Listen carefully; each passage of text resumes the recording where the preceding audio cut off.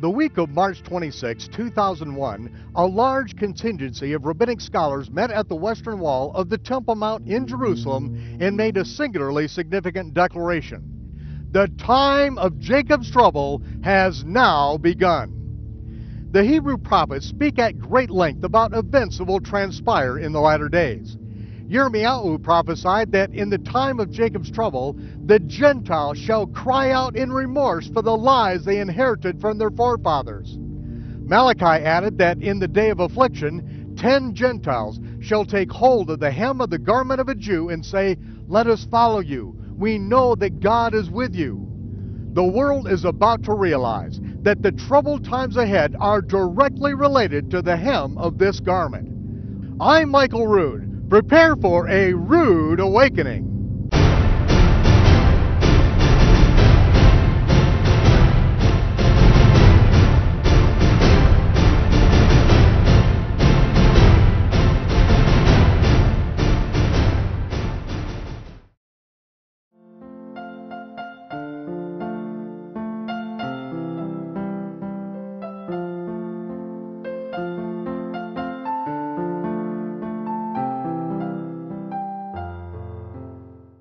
It is here, in the middle of all the trade routes of the world, we would be positioned as His prophets, His spokesmen to the entire world. As part of the covenant, He instructed us to put a fringe with a ribbon of techelet blue thread on the 4 corners of our garment.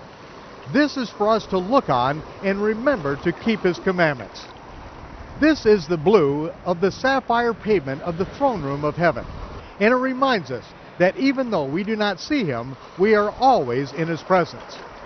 When people of the nations take hold of the fringe of our garment and ask its meaning, we are to always to be ready to give an answer to every man that asks a reason of our hope. This one thread of blue is woven into this fringe to appear as 2 threads. I believe that this single blue thread is a picture of the Messiah, our hope, who comes the first time as a suffering servant to complete the sin atonement, and then returns as the conquering reigning king. By tradition, the knots and weaving of the blue thread are a numeric code for Yud, He, Vav, He, Yahweh. Bid the children of Israel to make fringes in the corners of their garments throughout their generations, and have them put a ribbon of techelet upon the fringe, and it shall be for tzitzi, for you to look upon and remember all the commandments of Yahweh, and do them.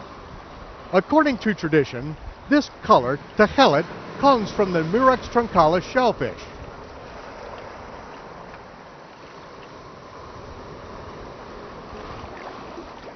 A very small amount of very valuable dye is extracted from this Mediterranean sea snail. When the snail shell is crushed in the sunlight, the ultraviolet rays cause the dye to turn beautiful blue. If the dye is extracted at night, it produces a deep purple. At the end of the Second Temple period, the Roman government controlled the market on this special dye, and it was only to be used to color the royal purple garments of Roman aristocracy. The Jews were forced to obtain the dye on the black market in order to fulfill the commandment of tying a techelet blue fringe on the corners of their tallit.